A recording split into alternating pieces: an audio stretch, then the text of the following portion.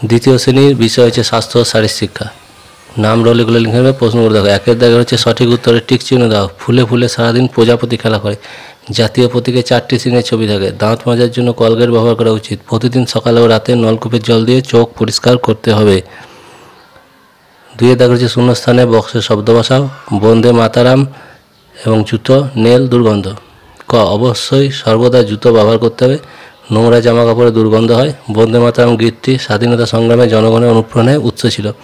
ঘ নেল কাটার যন্ত্র দিয়ে নিয়মিত নখ কাটতে হবে। 3 দাগের একটি শব্দে উত্তর দাও। চোখ মোছার জন্য কী ব্যবহার করতে হয়? পরিষ্কার নরম রুমাল বা সুতির কাপড়। খ খাবার পরে জল দিয়ে কুলকুচি করতে হয় কেন? দাঁতের পাখে যে খাবারগুলো আটকে থাকে, খাবারের টুকরো, সেগুলো বার করে দেওয়ার জন্য, যাতে দাঁতে পোকা না লাগে। 4 হচ্ছে সংক্ষেপ উত্তর দাও। কানের যত্ন কীভাবে নেবে এবং কী রকম খাদ্য গ্রহণ করা উচিত? পরিষ্কার পরিচ্ছন্ন, ঢাকা এবং বিশুদ্ধ এবং ভিটামিন যুক্ত খাবার গ্রহণ করা উচিত।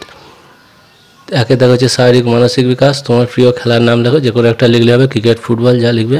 খ লোফালুপি খেলার উপকারিতা। লোফালুপি খেলা হলে চোখের ব্যায়াম হয়, এছাড়া হাতের আঙুলের পেশির ব্যায়াম হয়। গ হচ্ছে সুগন্ধযুক্ত একটা ফুলের নাম লেখো, গন্ধরাজ।